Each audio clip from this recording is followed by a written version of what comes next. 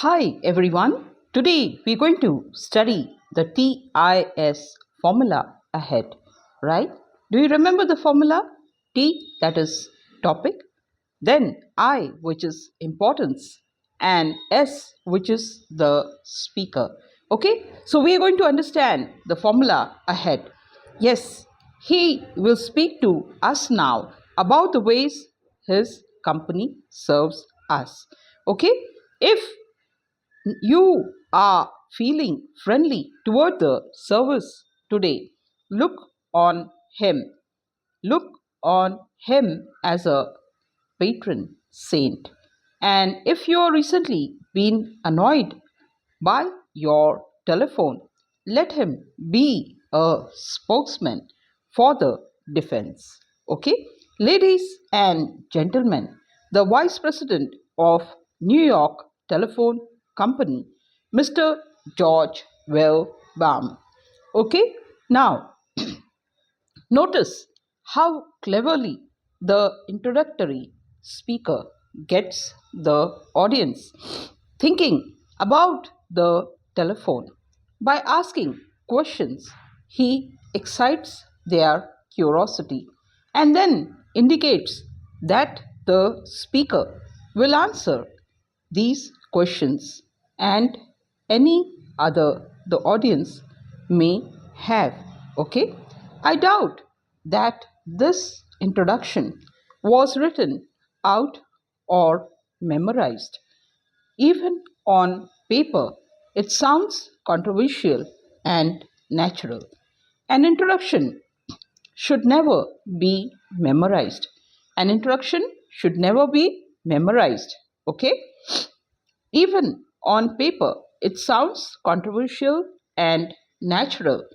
An introduction should never be memorized. Yes, Cornelia Otis Skinner was once introduced by a chairman of the evening whose memorized words she forgot as she began. She forgot the words as she began. She took a deep breath. Okay? She took a deep breath. Yes. And then said, due to the exorbitant price of Admiral Byrd, we have with us this evening Miss Cornelia Otis Skinner. Okay? So we see that she said we have today Miss Cornelia Otis Skinner. The introduction should be spontaneous, seemingly arising out of the occasion, not straight laced and severe. Okay? In the introduction of Mr. Wilbaum, quoted above, there are no glitches, and such as it gives me great pleasure and it is a great privilege to introduce to you the best way to present a speaker is to give his name or to say I present and give his name. Some chairmen are guilty of talking too long and making the audience restive, isn't it? They talk too long and they make the audience restive. Yes. And we see further, others indulge in flights of oratical fancy in order to impress the speaker and the audience with a sense of their importance. Okay? As we see further, still others make the sad error of bragging in canned canned jokes and sometimes not in the best taste.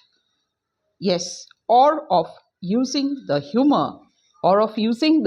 humor that patronizes or deprecates the speaker's profession.